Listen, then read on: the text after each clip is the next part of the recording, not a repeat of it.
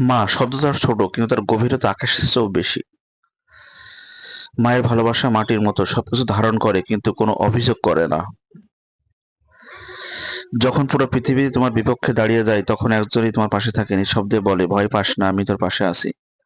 মা কখনো নিজের স্বপ্নগুলোকে তোমার জন্য উৎসর্গ করে দেয়, হাসি দিয়ে ঢেকে রাখে তার চোখের জল। মা হচ্ছে একজন ব্যক্তি যাকে টাকা দিয়ে ঋণ শোধ করা যায় না, তার সময় দিয়ে তাকে তুলনা করা যায় না। যে মা নিজে পুরানো শাড়ি পরে ছেলে মেয়েকে নতুন সময় কিনে দেয়, সেই মাই আমাদের জীবনের অমূল্য সম্পদ। মা হচ্ছে এমন একজন আশ্রয় যেখানে ফিরে গেলে পৃথিবীর সব কষ্ট থেমে যায়। মা না খেয়ে থাকে, আমরা পেট ভরে খাই। মা ক্লান্ত হলেও বলে, আমি ঠিক আছি।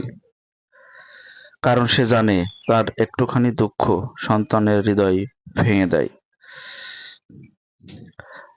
মাকে শক্ত বলে মনে হলেও সে সবচেয়ে নরম।